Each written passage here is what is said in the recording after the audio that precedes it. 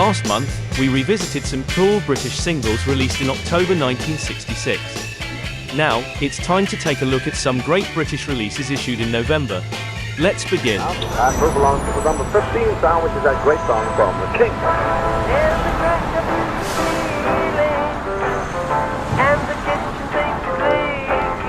November 1966 saw the release of Dead End Street by the Kinks. The song, just like many other tracks by the group, dealt with the poverty and misery found in the lower classes of English society. No money coming in, the rent collector's nothing trying to get in. The melody maker wrote, "It is the strength of the lyrics allied to a nostalgic 1920s touch about the melody, which confirms Ray Davies' position as one of the most influential pop composers of the 1960s. The Kinks filmed a promotional video featuring the members of the group dressed as undertakers, but the BBC banned the video for allegedly being in bad taste. The B-side was another great track called Big Black Smoke. Now a mother finds a harder way, looking for her child in the big black store. Big Black Smoke was a song about a country girl who moves to London and loses her innocence in the big city. Was spent on purple hearts and cigarettes. The single reached number 5 in Britain, and it was also a top 10 hit in several European countries. In the States, the record stalled at number 73 according to Billboard. Girl, oh, you're driving me mad. You're making me sad.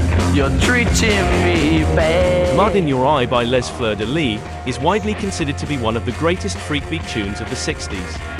The song went pretty much unnoticed when it was originally released, but its appearance on several compilations over the years has turned it into a major cult favorite, and the single has become a really valuable and expensive collector's item.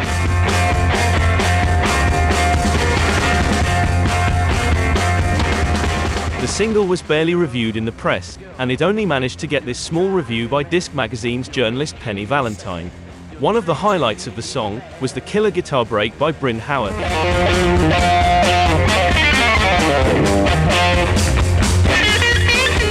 Despite getting some airplay on pirate radio stations, the single failed to chart. Things are clearer than before, showing me the way, asking me to stay. I'll never close the door to all these things and more in my mind's eye. My Mind's Eye by the Small Faces marked the first time that the group ventured into a more psychedelic pop direction. The song, with its gorgeous melody and slightly lysergic feel, proved that the songwriting abilities of Steve Marriott and Ronnie Lane had evolved beyond most of the mod bands from that period. Laughing behind their hands, I think they're strange. The tune, however, was never intended to be released as a single. My Mind's Eye was actually a rough, unfinished demo. But Don Arden, who was the band's manager at the time, decided to release it as a single without the group's knowledge or consent while they were touring in the north of England. If I've ever exploited anybody, it's for their own benefit. It's because they want to be exploited. I never exploit anybody who doesn't want to be exploited. Despite being an unfinished demo, the song got excellent reviews in the press, with most reviewers agreeing that the track was bound to become a big hit. The B-side was a great mod number with a sound that was more akin to the sort of music that the group played in clubs all over Britain. Which way do you wanna go? To the left or the right? The single became a big hit, reaching number 4 in Britain and remaining in the charts for several weeks. I can see it in your eyes. I believe when This song by a band called Catch 22 is one of the most bizarre freakbeat numbers from November 1966.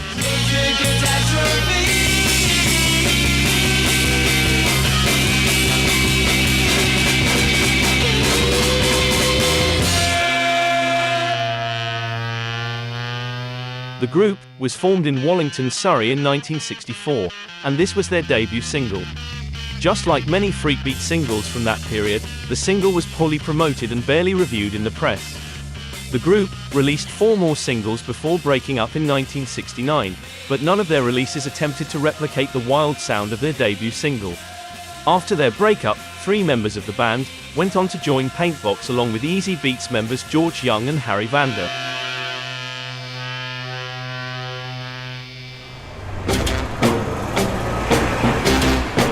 Many musicians who became big names later in the 70s released new singles in November 1966.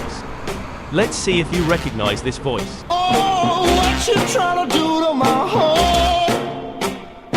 What you trying to do to my heart? This singer, who sounds like he was trying very hard to sound like Steve Marriott, was none other than Robert Plant. At the time, Plant was a mod kid playing in a mod band called Listen, and this was their first and final single.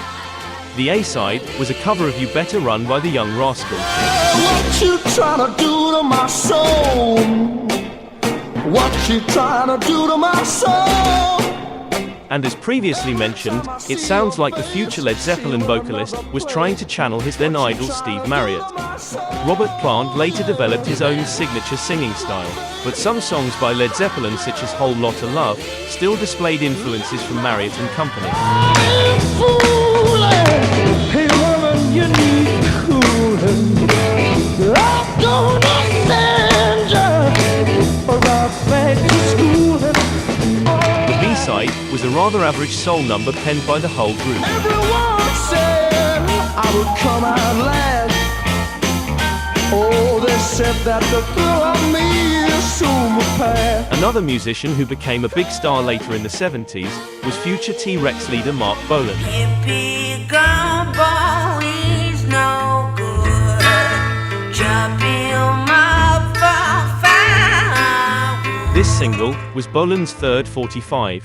The A-side was a folky number which already sounded very much like the folk material that he recorded with Tyrannosaurus Rex later in the late 60s. To my ears, the highlight of the single was the B-side.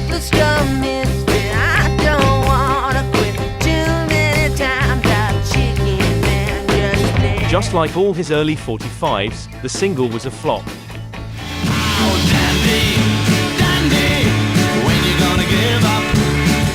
Are you feeling old? Just like Mark Bolan, Lemmy Kilmister also achieved bigger fame and success in the 70s. The future Motorhead leader released 2 singles as the lead guitarist of the Rocking Vickers, and this cover of Dandy by the Kinks was the group's third single. Pouring out your charms to meet your own demands and turn it up as well. Just like all their 45s, the single, which was produced by Kinks producer Shel Talmy, was a commercial failure. And their cover of Dandy became the last single they ever released. The band kept playing through 1967 without much success, and they finally broke up in early 1968.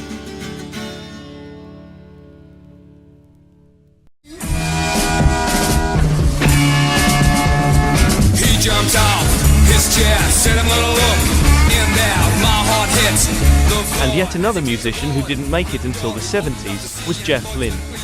Lynne didn't reach major success until he formed ELO with Roy Wood from The Move. And ironically enough, Jeff Lynne joined this group called the Night Riders as a replacement for Roy Wood, who left this band to form The Move.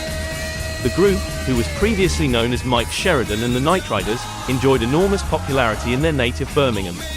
But the band never managed to have a hit in the charts. Oh, there's only me.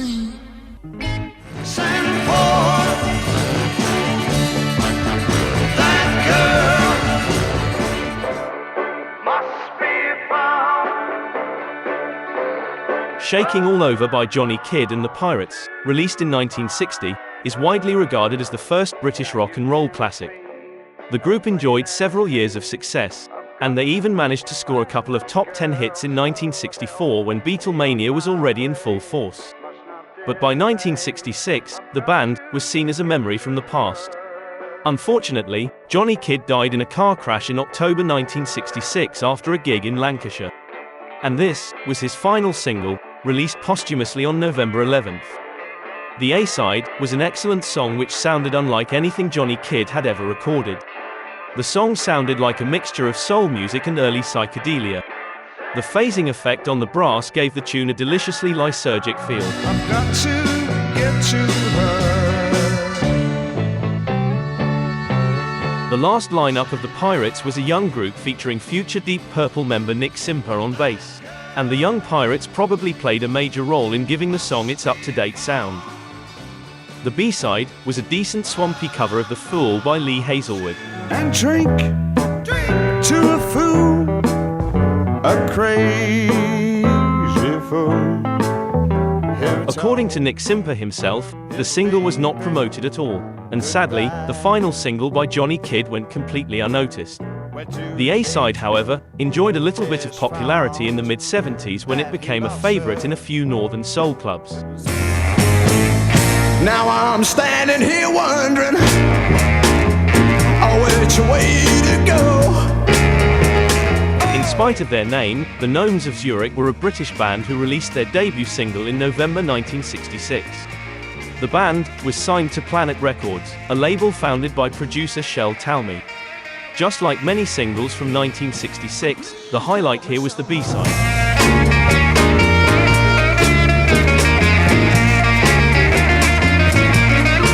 The song, with its bluesy soulful sound and great fuzz guitar, would have been a better choice as the A-side of the single.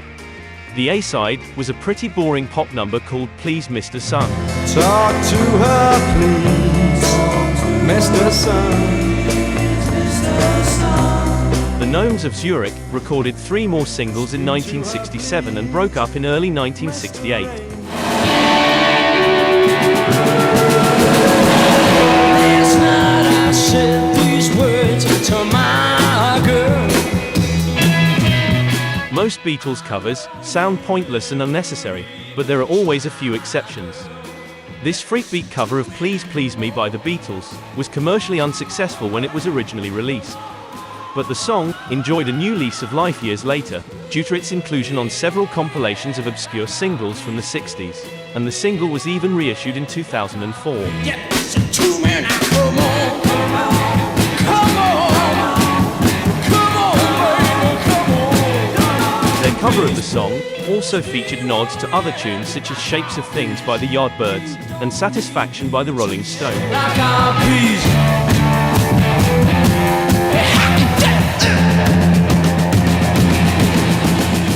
The B-side was a good mod number which has also been comped several times over the years. I wanna know, do you want me? Do you need me? Do you love me? You're bad. It's too bad. Record Mirror wrote, Take a close look at this picture. 5 blokes are in shot, and there's no point writing to us and telling us our picture reproduction is lousy for the score, who debut on Decca with Please Please Me, want all their pictures to be blurry and out of focus. Their argument, nobody wants to look at 5 characters like us, and we're only interested in people listening to our music, so we've made a vow we'll never be recognizable in pictures.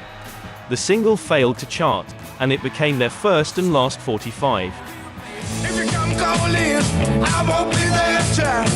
If you come shouting, I won't be there now. The Equals were the first major interracial rock group in the UK, and they scored several hits in the late 60s and early 70s. This was their debut single. The track already featured the sort of danceable and hard energy driving sound that came to define most of their releases. Record Mirror wrote, Watch this one. Black and white group on a riotous beater with a substantial basis of style and professionalism. Commercial, we think. The single didn't chart in Britain, but it became a minor hit in Germany in early 1967.